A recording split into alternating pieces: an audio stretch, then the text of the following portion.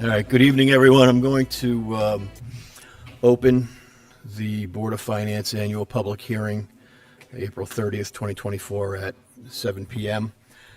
Before we begin with the public comment section of the public hearing, there are a couple of things that I want to go over. One will be I want to just take a couple of minutes and I want to address this $600,000 that we used last year from the general fund and clear up any misconceptions. And in addition to that, I'll then give you a quick, brief overview on where we stand with the budget this year. One of the big changes, or the biggest change that we've done this year with the budget is in years past, we come to public hearing with a pure budget, meaning that we've done zero work on it whatsoever.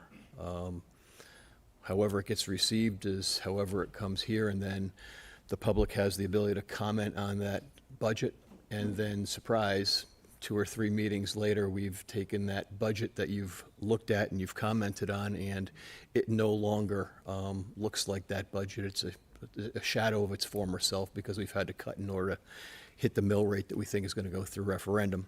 So this year what we did was we took those budgets, we actually spent some time and worked on it and tried to get it down to as close to a budget as we think you may see when it comes time to actually have to vote on it.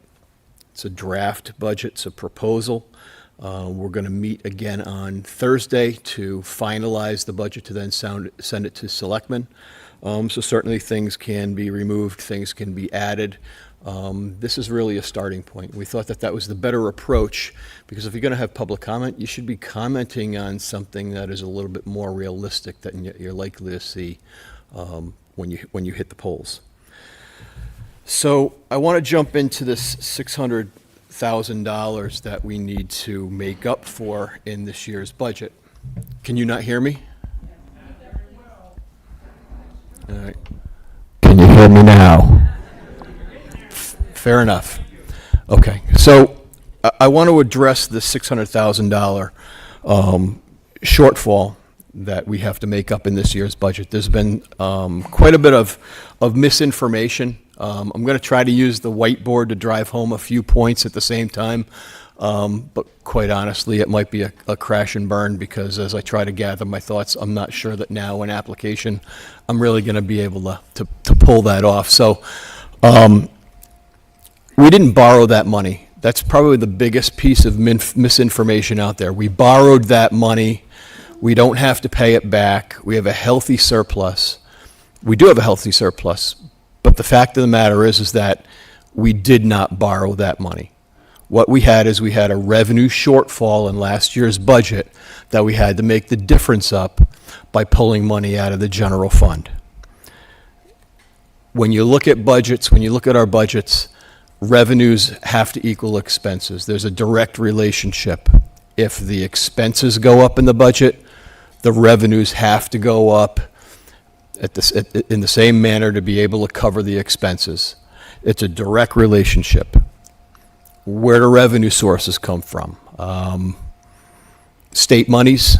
ECS funding is probably the best example of the state monies that we receive that are bona fide true. You can count on it as a tried and true source of revenue. Fees would be another avenue. Recording fees, building permit fees, the tuition that's collected from the school for the out of town students. Those are examples of another bona fide revenue stream. There may be a few others here and there, but the other one is then largely through taxation. We set the mill rate, we adjust the mill rate accordingly so that we can acquire the right amount of revenues to equal what the expenses are. That didn't happen last year. Using easy math, last year's budget was $40 million. Based on some cuts we had made to the budget and based on other revenue streams and based on the existing mill rate that we came into, the unadjusted mill rate, we had a revenue shortfall of $600,000. Rather than increase the mill rate to account for that, which would be about 0.65 mils for $600,000. The majority of the board voted to take $600,000 out of surplus, out of the general fund, to bridge that gap in the revenue shortfall. That's not a permanent revenue stream. That was a temporary fix. So what happens this year is automatically we start out $600,000 in the hole. Why? Because we didn't adjust the mill rate to account for that revenue stream. We took money from another source that's not a bona fide, tried and true, year after year revenue stream. So we've got to make that up. It can be made up one of two ways. First one is increase the mill rate. Mill rate's got to be adjusted by 0.65 mils right out of the gate in order to hit a level playing field, because that didn't get done last year. The only other way is if expenses were flat and for some strange reason we ended up having extra revenues that more than made up that difference, so that our revenue stream was over and above to cover that $600,000 deficit. That did not happen. That's why we're in this situation. We often refer to it as a fiscal cliff. We didn't borrow from ourselves. It's not a situation where you can choose to pay it back or not pay it back. We've got a revenue hole that was created because we didn't increase the mill rate last year to account for that revenue shortfall. So I hope that clears that up so that everybody is kind of on the same page moving forward.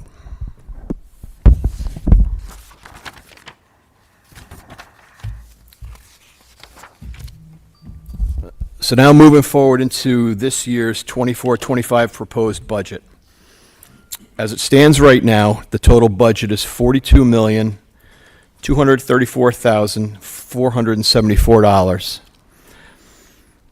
That's a 4.45% increase over the previous year. If you break it down to general government, and that is total general government, that includes debt service and capital. There's $10,392,050. That's an increase of 7.68%. If you look at just the general government operating budget, take debt service out, take capital out, general government budget is $6,001,098. That's an increase of 5.36% over last year. Debt service came in at $2,679,139. That is an increase of 17.64% over the previous year. Board of Education budget, capital budget. Capital budget this year is at $1,711,813. That is an increase of 2.02% over last year. Board of Education, $31,842,424, which is an increase of 3.44% over last year. Now, as it stands right now, the way the budget has been crafted, that would include using $150,000 from surplus in order to get to a 1.5 mil increase. When we came into this budget cycle, before we started to do any kind of work and tweak it, we're looking at a 2.43 mil increase. We're currently sitting at a 1.5 mil increase. What does that mean in terms of dollars and cents?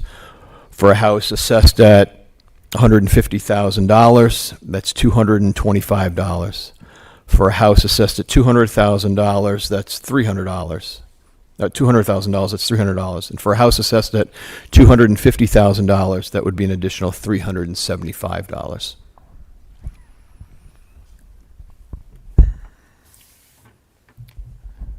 So I'm now going to open up the public comment portion of this. We're going to start with the first selectman and the superintendent.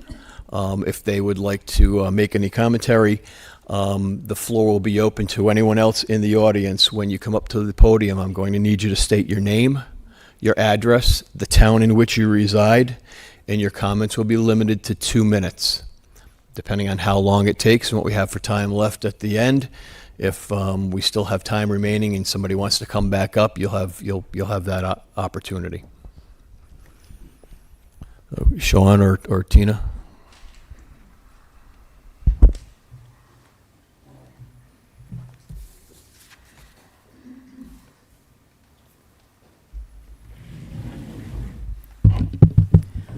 Okay, I think we can all agree that this was a very difficult budget year. And together the Board of Selectmen worked hard to present the Board of Finance with what we felt was the best budget we could forward to you.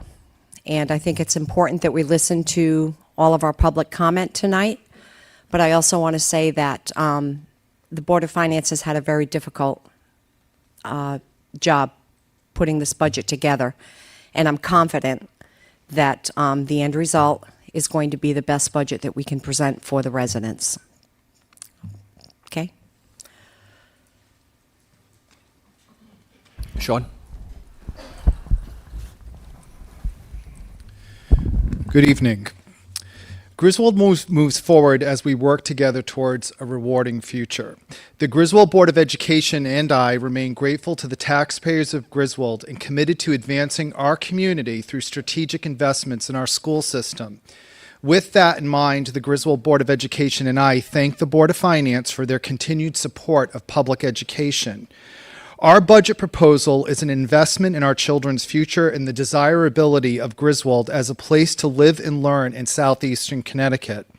All of our work on our budget can be located online. Our proposed budget showcases a dynamic and self-sustaining approach.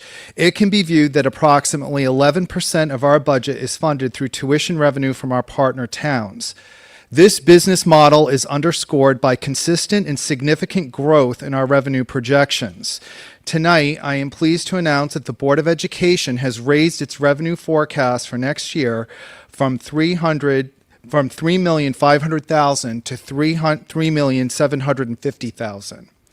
As we finalize our budget for the upcoming year, the Board of Education, our school administrators, faculty and staff, and I join with all of you to strengthen Griswold's standing as a vibrant, welcoming community for both life and education within the region. Thank you.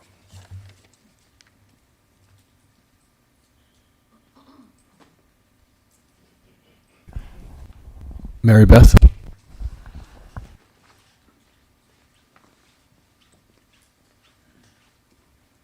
Mary Beth Malin, 11 Pequot Trail, Griswold. I'm Chair for the Board of Education. Good evening, Board of Finance, Board of Education, and guests. I would like to begin by thanking the Board of Finance for all your hard work through the year, especially during this budget season. I have been saying for the past few months, I would not want to be on any Board of Finance this time of year. So again, I thank you. The Board of Education budget was developed with a goal of just maintaining our programs and staff and to continue the great strides the district is making. The Board of Education is happy to work with 7 tuition partnership towns to promote the district and to bring in tuition revenue to the town. Presently, we self-fund a little over 11% of our budget. We will continue to promote the district and to help contribute to the revenue to offset the burden to the taxpayer. Tonight, I ask the Board of Finance to move forward with the proposed budget for the Board of Education at $31,842,424, which would be the Board of Finance recommended reduction for the school year 2024 to 2025. Thank you. Thank you. Does anyone wish to speak? Sir?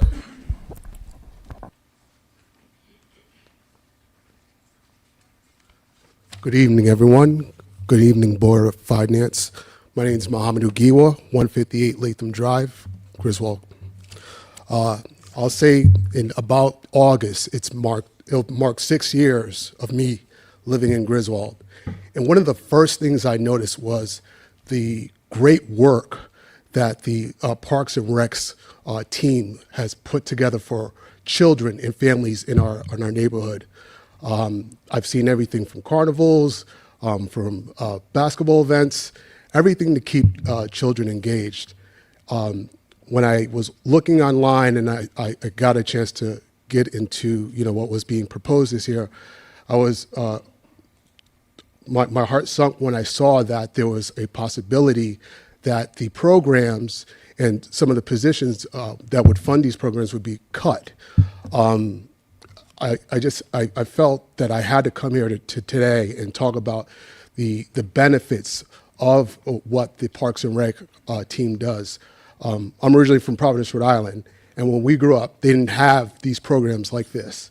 And when I saw how the kids benefited from it, when I saw how the families benefited from it, I said this is a value not only to the constituents, but to the town as well. Happy families have happy children who stay in the town, which will spend money in the town and keep money in the town. So I just wanted to speak my piece on this, and I really implore the Board of Finance to, take a second look at ensuring that we keep the funding for these programs that benefit the children and families in our community. And that's all I got. Thank you. Okay, thank you.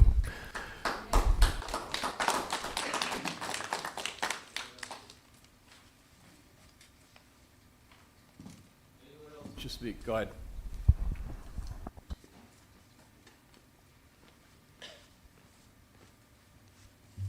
Hi, Irma Imparato, 188 Latham Drive in Griswold.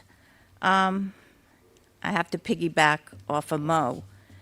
You can't put this enormous workload on one person. It's overwhelming. It can't be a part-time position either. We have to invest in our children. These programs help with social and emotional growth. These programs are needed more so now than ever, because it's definitely a different world. And cuts to these programs like this, you never heal from it either. So I am on board to keep the full-time assistant to Ryan, because he does an amazing job. And, everybody complains, we got in other towns, the kids are on the streets and that. I grew up in East Haven. We had a community center, kids that had no place to go, Parents have to work. Both parents have to work now, caregivers, they're not in a big workload, to just throw your kids anywhere. So I think for the kids that go to his program, I think we're really doing something to benefit our town, our community, and the kids. I'm sure half the people here grew up in Griswold, and look where we all are now because of the camaraderie, and I think Ryan's program has a lot to do with that. Thank you.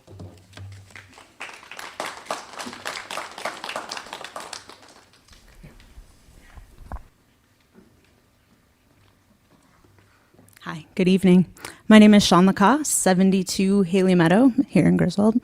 I just wanted to say thanks for bringing this all forward and giving us all an opportunity to speak. I've been a resident of Griswold now for just about 17 years. Both of my daughters grew up here. They're now 17 and 20. And I have to say, when I moved here, we didn't have full-day kindergarten. We didn't have a summer camp. We didn't have all of the events that occur in this town. We didn't have the youth center, any of that. And just having that in our town, as folks have already spoken to, I think has been huge. The other thing I'll add is my daughter Alex has been a counselor with the Griswold Youth and Family Services at the summer camp now for 3 years, and will be coming back this year as a supervisor. She's extremely excited about that. And she's been working with the town of Griswold during that whole period as well, doing the after-school program at the youth center, all of the events that we have here in town, all of the youth services, the recreation services as well. And I've heard firsthand from her over the years the impact that she's had on the kids that have been involved in these programs. And I wish that my kids had had the opportunity to participate in those. And I'm just really proud of this town for everything we have to offer. And I've heard time and time again from her about Phil and Ryan, and just the idea that we would have to cut any of these services, I think would be a big detriment to our town and the families and the community that this serves. So that's it. Thank you.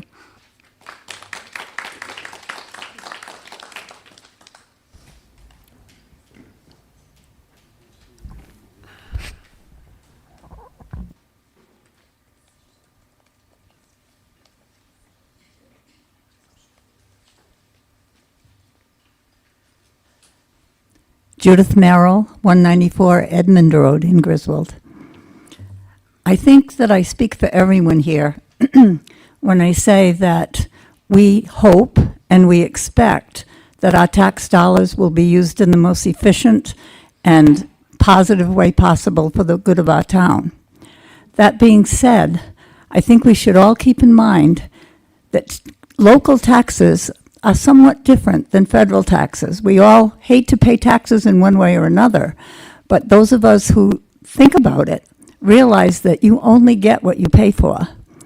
And when we have taxes that do not meet the needs of the community, it's the community that suffers. And I'd like to point out that local taxes are used locally. Every dollar we put into town taxes is put into some department or service that serves the town. That's not necessarily true in the state taxes or the federal taxes. We get more bang for our buck than we get for anything else. Also, I think it's important to recognize that if you want to have services, if you want to have good roads, good schools, good opportunities, they're not free. We have to be willing to pay for those things. We're willing to pay for them in our own lives. We need to do it for our community.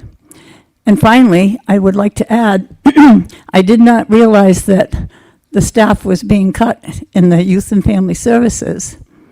But it seems to me a little bit contradictory to have a program that serves youth and families and then cut the staff so that in essence it probably means they won't have health insurance anymore.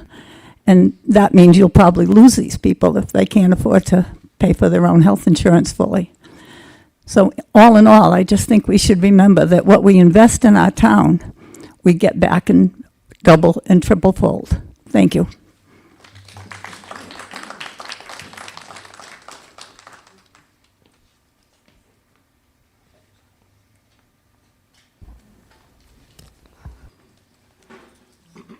Good evening. Chris Mahality, 61 South Main Street, Jewett City. I came this evening just to show support for Ryan and his team. I've been coaching here in this town for 15 years, umpiring, refereeing basketball, primarily with the Griswold youth. As my children grow, I've been working with Ryan in this, just this past year, Ryan and his team, Phil specifically, to offer programs for the kids as they grow older.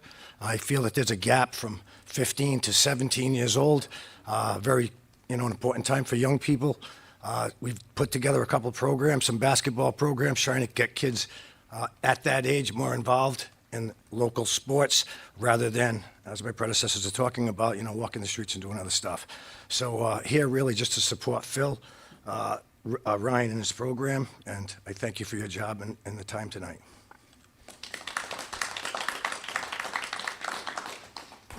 Phil?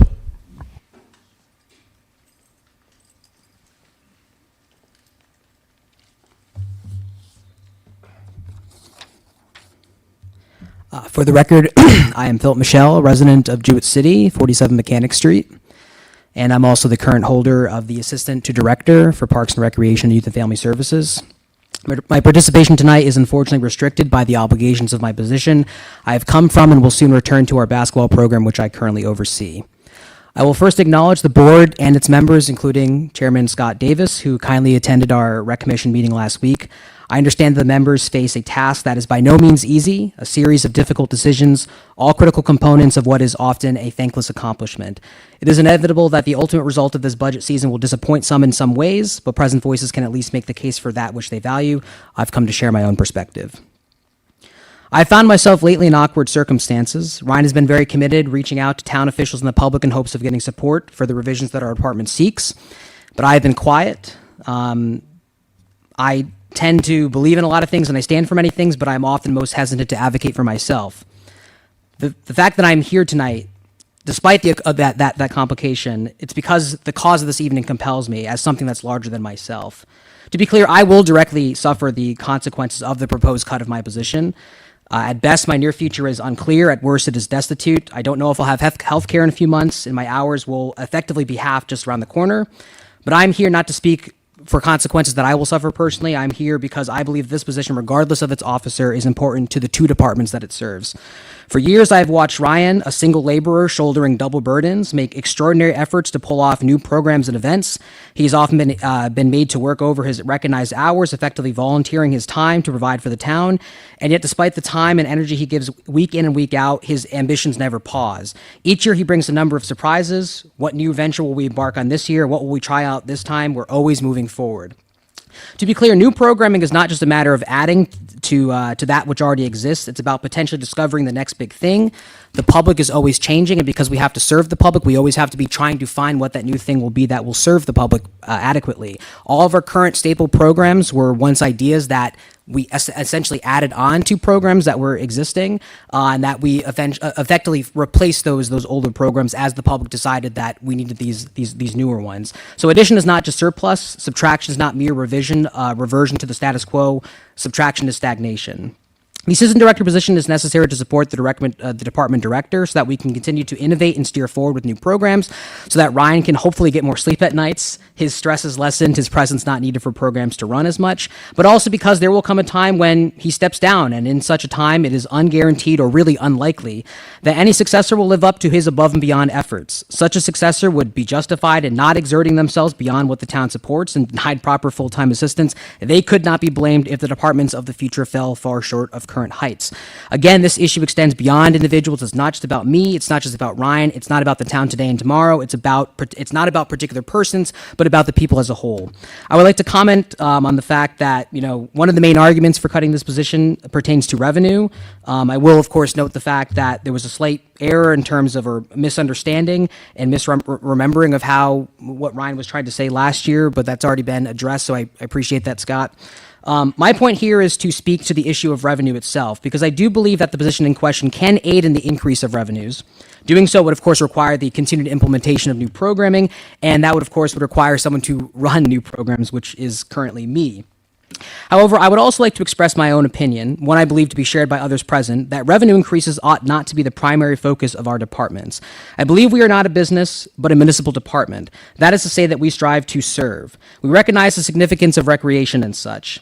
And of course, the significance of outreach. For what is a town without happenings? Without distinct communal experiences, moments of varying scopes that make for memories, dark nights illuminated by fireworks or our light-up parades, summer days at the beautiful Griswold School campus, partaking in a camp bubble party. Such opportunities are essential for an individual, but also for a town, and we strive to offer something for everybody, championing availability. Thus, membership at our youth center is free. Our summer camp program is as inexpensive as we can make it, and events like Eggtopia remain free even when they recently expanded to include a sensory-friendly session.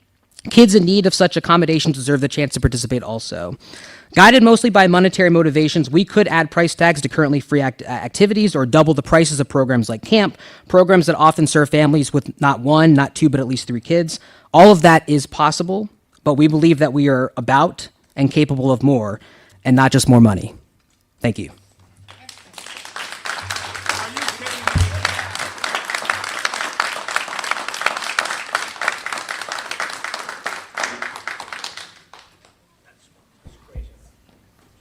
Anyone else wish to speak?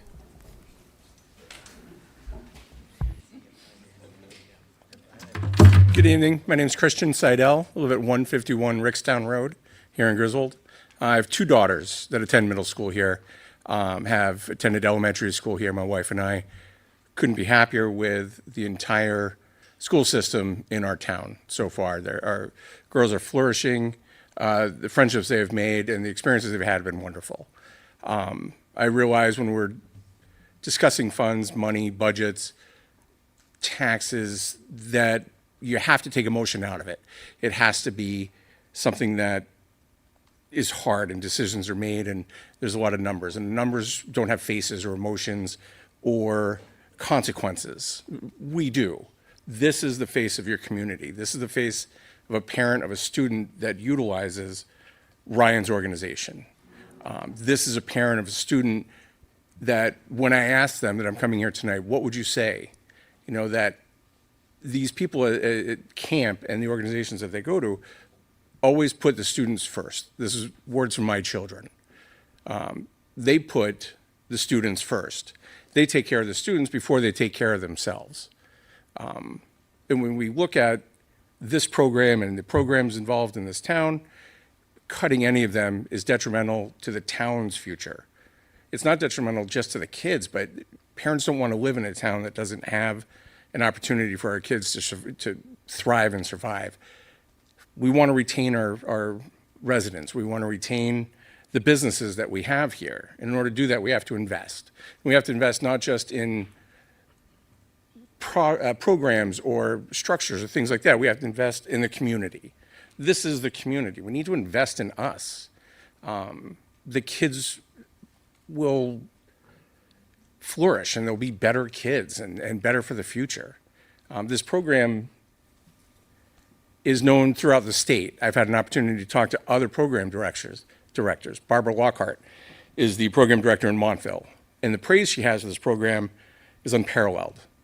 Ryan is a godsend to this town, and we don't want to lose him. We must recognize that he does a lot of work, more work than anybody else in his position. We need to retain that. We need to retain as much as we can, understanding that it's hard and it's difficult, but it affects us. And just reconsider. You'd said that there's only 2 ways of finding the revenue. There has to be more than that. We can't teach our kids that they live in a binary world of only 2 options. There has to be other ways. And just beg of you to reconsider, look at it, think about it, and save this program. That's all I have. Thank you.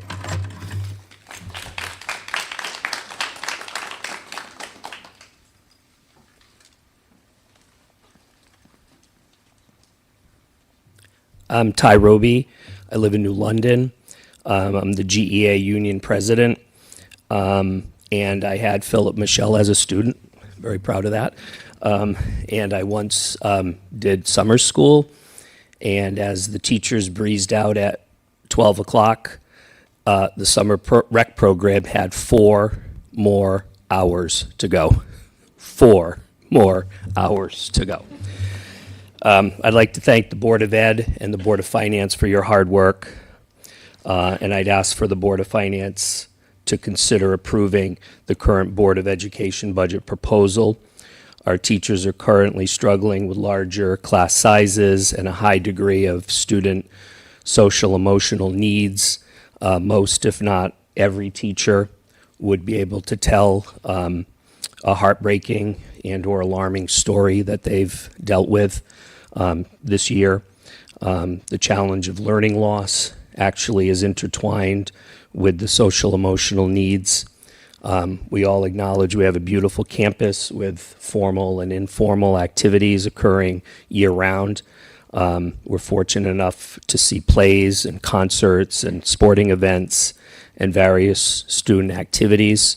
We all take pride in our students' successes, and in short, the school system is the lifeblood of the town, and thank you for your consideration.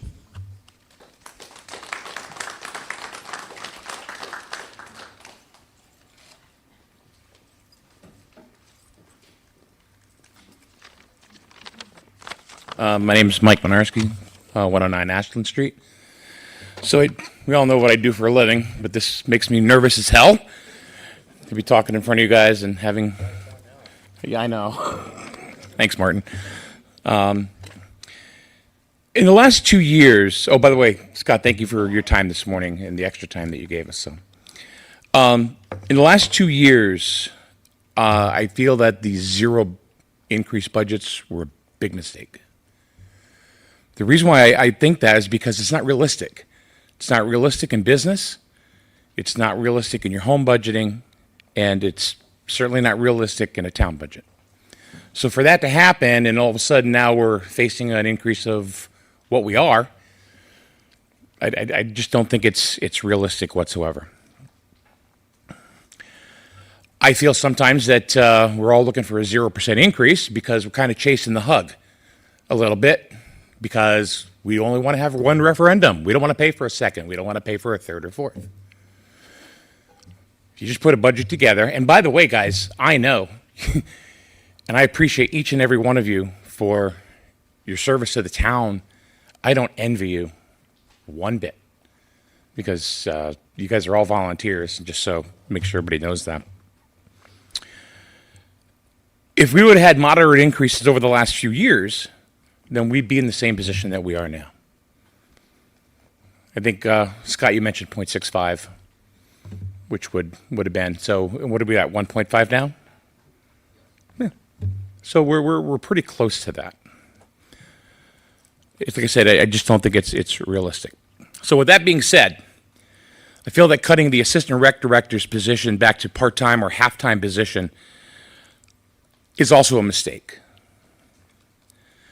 Phil Michelle, who has the position currently, has only had about 7 months to approximately utilize his position properly.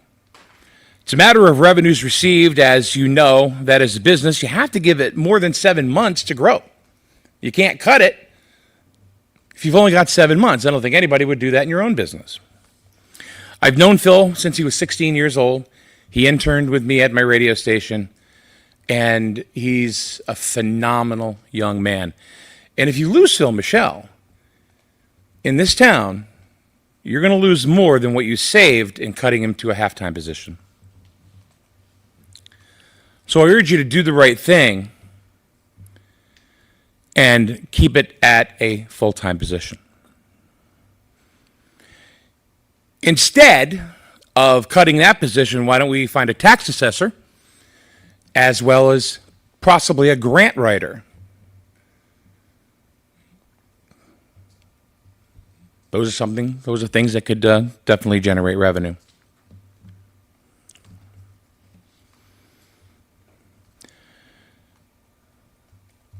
The senior center, the multi-purpose field, increasing recreation opportunities, those are all long-term growth items.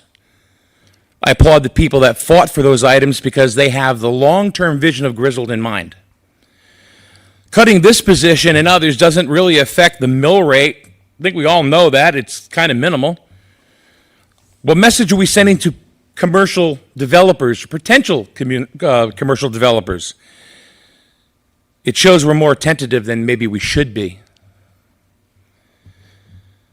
Add the rec position back into the proposed budget, please. It's worth it. It'll fulfill what we wanted to do in time. And put the 1,000 back in public health and safety. Thank you.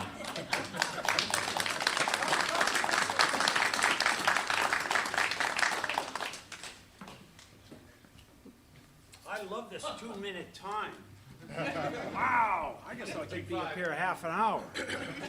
I'm Tim Schedule, 197 Sheldon Road, here in Griswold. Been here for 35 years. Good years. I like the town for reasons probably no one else likes it, but I like the town. Can I ask you a few questions? Is this the same document that you published on the website after your meeting? I don't know. Who knows? Does anybody know? It is exact same. Thank you.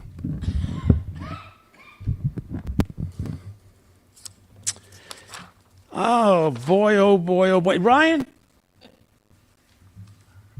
That man who was here. Yep. I've worked in a lot of states and with a whole bunch of corporations. That is a winner. Yeah.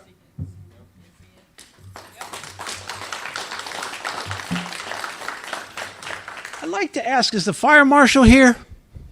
No. Well, let me speak for him. I see Mr. Babbitt's here, and I'm happy for that too, but I'm not going to speak for Mr. Babbitt. But I am going to say something on both of their behalves after watching that 2-hour video, which I walked to my laptop one morning and boom, I says, okay, I'm here, let me watch it. The fire marshal said something, I wish I could remember his name, but I don't want to, I'll refer to him as fire marshal, said something about recently he had a situation where a piece of equipment, I'm not in that department, but he had a piece of equipment that was inoperable for 6 weeks or so. And he said that he did have an arrangement should the need arise to tap into Voluntown's fire department and or Lisbon's. Remember that? Yes. Thank you. You can speak too. We can have back and forth. Don't worry. They'll allow you. I am going to say this about the town, any business. What's the most important thing in any town? Say it again. Safety. That man needed a piece of equipment. Did you kick that can down the road to a that allowed that situation to arise where he didn't have something? He's now asking for an undercarriage cleaner. How do you feel about the undercarriage cleaner to keep his trucks, the salts off his truck? I'm going to say this. I don't know how long that man's been in this town, or he's been a fire marshal. Anybody know? 2 months? 2 years? 10 years? 20 years? A long time, huh? He's been here? Nobody knows? Todd, do you know? Has he been here for a while? Is he somebody who goes to fire conventions and learns the latest in fire techniques? And huh? You're asking me a question. He's a certified fire marshal. Certified. When that man brings something to you that relates to safety, that comes before anything else. So if he needs a new truck, if he needs to have something done in that department, don't put Griswold in a position that they can't eject someone from a car because he doesn't have the money. As far as Todd goes, he's been here forever. I remember Todd Babbitt's name when I moved in. He knows public works inside and out. He's tried to save this town a bundle of money by putting bubble gum on every truck in that lot he has on 138. If he needs something, he needs it today, because safety is number one. And don't forget that. I vote for safety every time. Now, what's the difference between surplus and revenue and reserves? Is there a difference? Oh my gosh. Is there a difference between surplus and revenue as far as the Griswold Board of Finance is concerned? If you would give me a minute, I'll give you an answer. Thank you. Surplus, general fund, reserves, it's the same thing. Thank you. And you're going to need to be a little more pointed on where you're going here, because your time's almost up. Sure. What do you mean with this type of stuff? Safety. I don't want to put the town. I want the town to have the best that the professionals feel you need. Is that what you're referring to? I've said it more than once now. You're going to have a lot more people coming into this town. And you know that already. Not just people to reside, but people to visit. There's something going on in America, and we're all very tuned to it. I don't think you're going to have at $5 a gallon and climbing, people making a lot of trips. I think people are going to stay home a little bit more. They're going to be in town a little bit more. The campers that come to town are going to come, they're going to fill those campgrounds. What does that mean? Safety first. There's a couple things in this budget that seem to be, I just want to ask a question about. Did I grab her paper? No. Okay, here we go. You have a line here of 564 UCFS. Department requested $257,000. Over the last 5 years, it's been a $5,000 line item. But here it says the department requested $257,000. Just help me appreciate it. I'm just wondering if somebody is requesting that significant an increase, what's it all about? Page 4103, the, near the bottom, line 5641.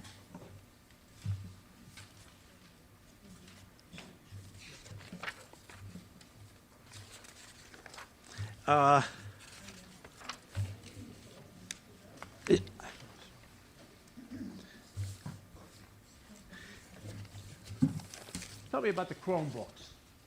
You need Chromebooks this year? Because for the last 5 years or 4 years, you haven't requested it, then you requested it, Sir? and I'm just wondering, is that something that you need? Sir? Because I'm all for it if he needs it. Okay, your comments are to the Board of Finance, not to the audience or anything like that. Okay, well, he, being the superintendent of schools, is requesting $132,500 for Chromebook replacements. But I see for the last 1, 2, 3 years, there's a zero there. There's nothing there. He didn't order any or request any. I hope he gets it. If he needs it, only he would know.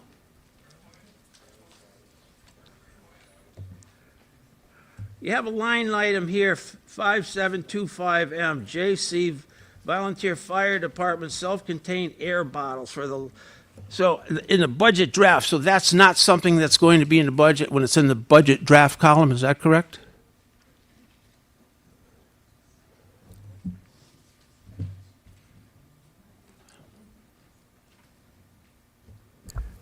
Do you have any further comment? Your time is just about up.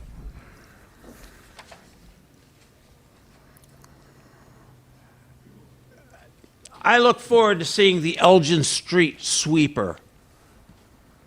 $240,000 beauty. I like to see that. Thank you very much for your time. And was the answer to that last question? Nobody knows. Thank you. Does anyone else wish to speak? Go ahead.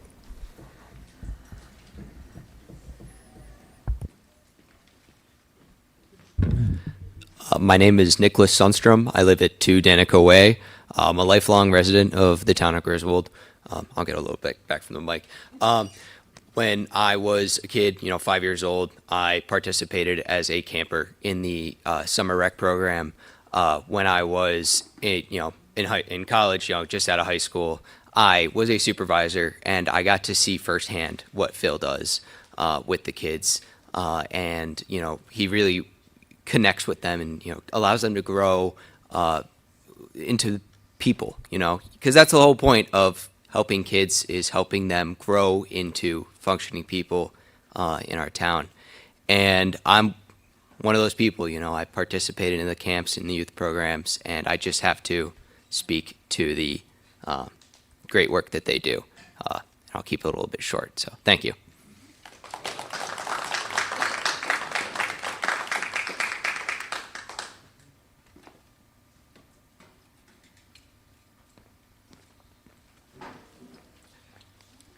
Paula Browning, 21 Brown Avenue, Jute City. You guys ain't gonna like what I have to say. All the talk is about kids. What about the seniors? Everyone lives within a budget.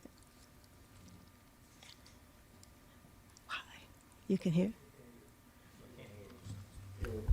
Yeah, actually, can you bring the mic a little bit? Thank you. Is that better? Okay, everybody has to live within a budget, and seniors do too. We get a $20 raise in Social Security, and everybody's got their hand out for it. Insurance went up $300 on just on my vehicles. Everything. I mean, oh,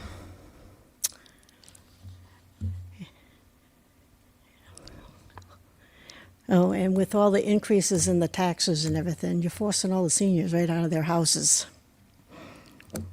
So, and we didn't need a $3 million football field. I'm sorry. Thank you.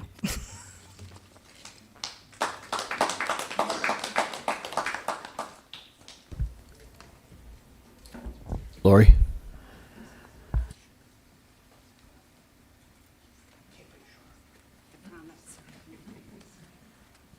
Hi, Lori Sorter, 67 Ashland Street.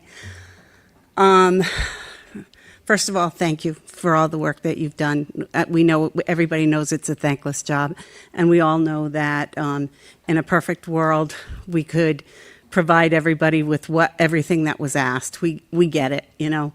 I'm really happy to see the big turnout and support for the rec program. It's always nice to know what the residents want, and hence the reason why I'm up here. I am newly, I'm acting warden for the borough of Jewett City, and I just want to advocate for roads. 80%, and I've said this before at meetings, 80% of the calls that I get from residents are road-related. So I think there's there's actually people that got up and gave their addresses, and I recognize those roads as being of concern. So while I know that it would be probably impossible to add to the budget, I would implore you not, if there are any more cuts, not to look in the road line item. I think that that's really important. Thanks.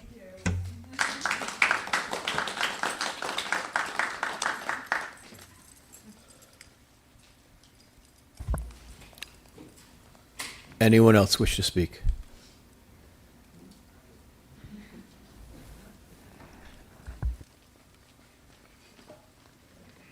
Hi, my name is Shannon Mazzella. I live at 41 Rita's Way. We just recently moved back to Connecticut, and I homeschool my 3 youngest children. Excuse me. We have found the rec center to be a huge asset, both for us and for our homeschool community. Having Phil there allows a lot more programs, and just, you know, the ability to have a second person there. As I understand it, the after-school program is going to have to be eliminated as well. My children absolutely adore Phil and Ryan, and I just think it would be a huge detriment to our community to take funding away and not keep Phil full-time. That's all. Thank you.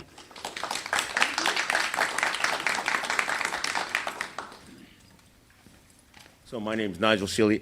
I moved from Norwich, and I'm telling you right now, Norwich is a mess with their rec. Excuse me, sir.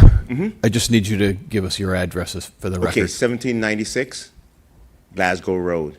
Okay, thank you. Okay, and it's a mess over there. And when I came here, by far, I have not seen, and I was a 30-year veteran in the Navy, a rec department like this. By taking away Phil, we're going to just decimate what we have here. Our kids need this. If you see how joyful it is for my kids to come to the different rec programs that they have and the amount of programs that he offers, we need to keep these people. We need to have them here, because if we don't, we'll end up like other towns where the kids aren't enjoying themselves. And then the other thing is we're keeping the kids off the street.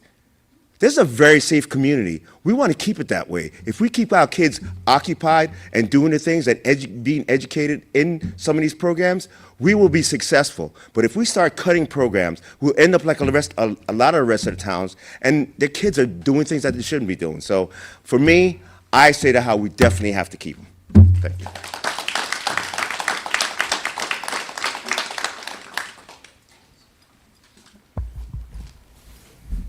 Anyone else?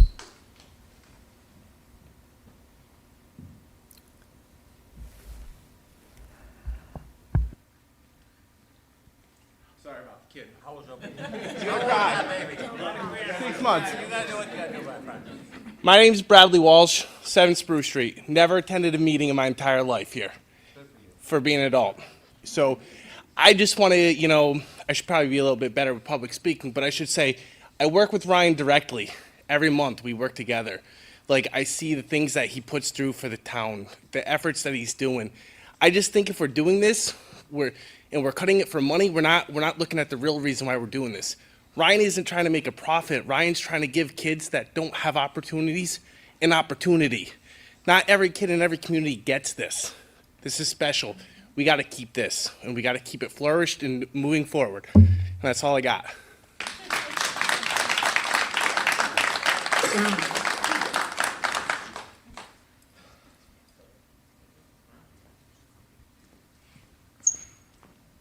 So I'm Bobby Gazarian, 41 South Main Street. Sorry for my parents. I'm actually playing in Ryan's men's league right next door. So I'm from Rhode Island. I grew up in Providence, Rhode Island. I didn't have communities like this, community centers like this. Where I grew up, basketball was played on the streets. You played until dusk. It's like Nigel said, we kind of got into some stupid stuff going up. I coach youth sports here. I got to say, it's the best sports program. Ryan and Phil do a great job. I mean, the kids are happy. My stepson actually goes to the youth center afterwards. I've never seen him have more friends, more delight. Just speaking with Ryan, talking to Phil, Mike, everybody at the youth center. I just think, like Nigel said and others before me, cutting this kind of sets us back a little bit. So I really advocate to keep this as we go. Keep this going. The momentum we have going, more people are joining. I see the kids outside. They want to be a part of more of this stuff. So please, let's keep this going. Thank you.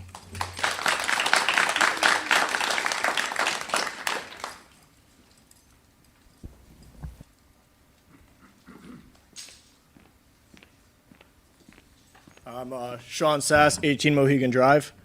If you look at most of the people in here, especially me, growing up in this program since I was 4 or 5 years old with Ryan, with Phil, and you come to these schools now and everybody knows Phil's name. Everybody in this school knows Phil. Every kid knows Phil, everybody. And there's nothing negative about Phil in this community that you will find. You know, he takes time out of school, he's going to UConn, he's doing all this stuff. He's taking time out of his day to make kids' days better and make them happier and do programs like this where you can't find most of them anywhere. You know, they're all getting shut down. And I just want to say, if we're going to cut anything, I don't think it should be Phil's job. He's the most important thing, I would say, in Jewett City and to these kids in these schools. And that's it. Thank you. Ray.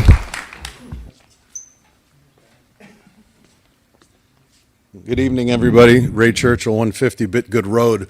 I had not planned to speak tonight when I was coming into this meeting, but I've been so moved by everything that people have said, and I'm not sure that everybody, I know tonight and the cut to the youth center is not a referendum on Phil Michelle, the person. But just from everybody listening to my words right now, Sean was fairly close to what he was saying. I don't know if, I know Griswold doesn't have a mayor, but if it did, it would be Phil Michelle.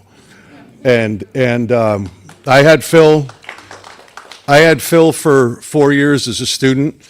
I can think of very few people that I hold in higher regard as not only a former student, but a peer and a fellow townsperson as I do Phil Michelle. He was a student director in my musical program. He was the student director of the chamber choir when he was a senior. I obviously hold him in high regard because those are two very difficult positions. You heard the man speak. I'm not going to sit here and loud over everything that everybody else has said, but it seems to me if you have quality in a person like him, you don't risk losing that out of a town. You heard what he said. He's going to be out of health insurance.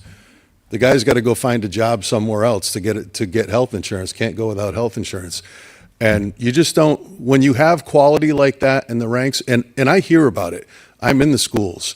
Ryan and Phil and I, we service about the same age bracket of student, and I hear about from my students, oh man, we did this at the youth center, and Phil, man, he's the best, and Ryan, they're the best, and I love those guys. And I'm sitting there beaming like a proud father because I already know that. Knowing Phil, I already know that. When ECPAA, our nonprofit, was getting off the mat 10 years ago, we were invited to the state capitol in Connecticut to speak for funding. And I brought one student with me to speak for the Eastern Connecticut Performing Arts Association, and that was Phil. I brought him because you heard him speak, eloquent, top-notch human being. So as a townsperson, I don't feel that if you have such quality in a position, you find a way to keep that. You keep that quality. You hear how it's affected the town. I know, Ryan and I work hand in hand on a bunch of projects, and I know the effect that he and Phil have on this entire community. And the kids that he services are not kids that are necessarily going to be your starting quarterback or your valedictorian in some cases. These kids need that kind of attention, and they provide it in spades, and Phil is a giant part of this community. And if you don't know him, you'll be a better person after you meet him. So find a time to say hello to him. So thank you.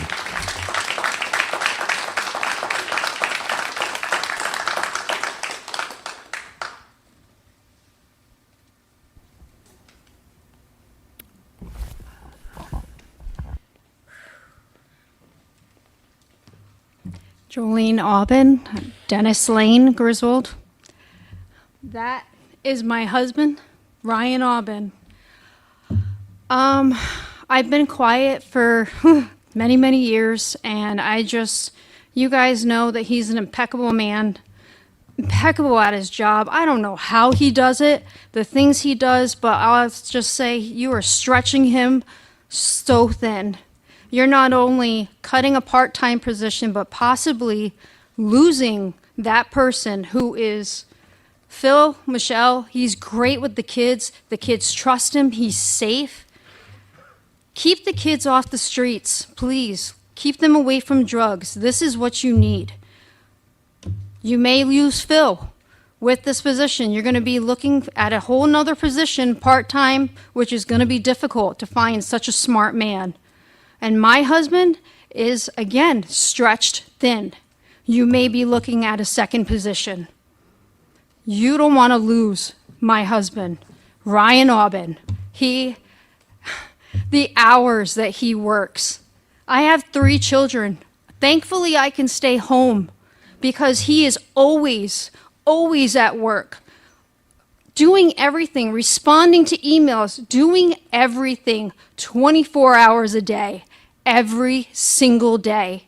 Those kids come first. His heart is still in it after so many years, and it is just...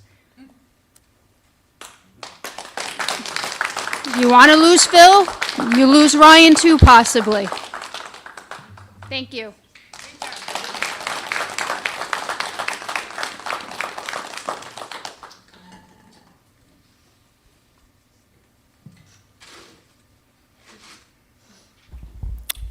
Anyone else?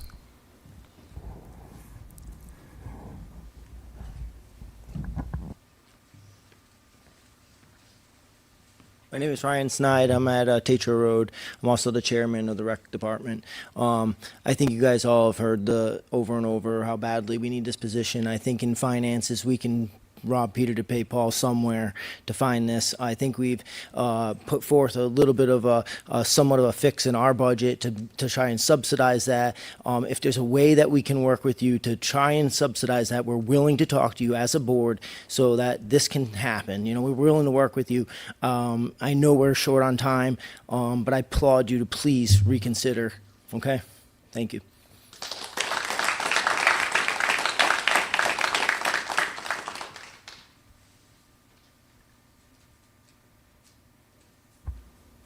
Anyone else?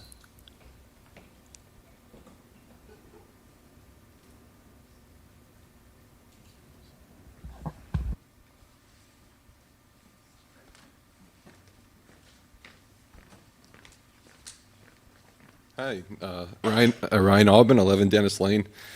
I had a speech, but I think they all did much better than what I wrote down and been practicing all day. So, clean slate. We have a plan going forward. I look forward to working with you guys and trying to figure out this to bring back Phil full time, because the cut really did cut the department at its knees, and you see how we affect people. So, I look forward to working with you and moving forward together. Thank you.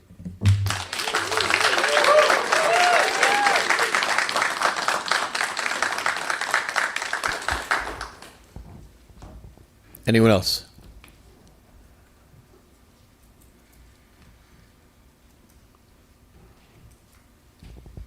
Anybody else want to speak? Anyone else?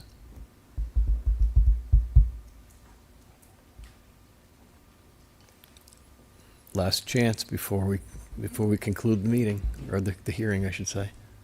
Anyone else wish to speak?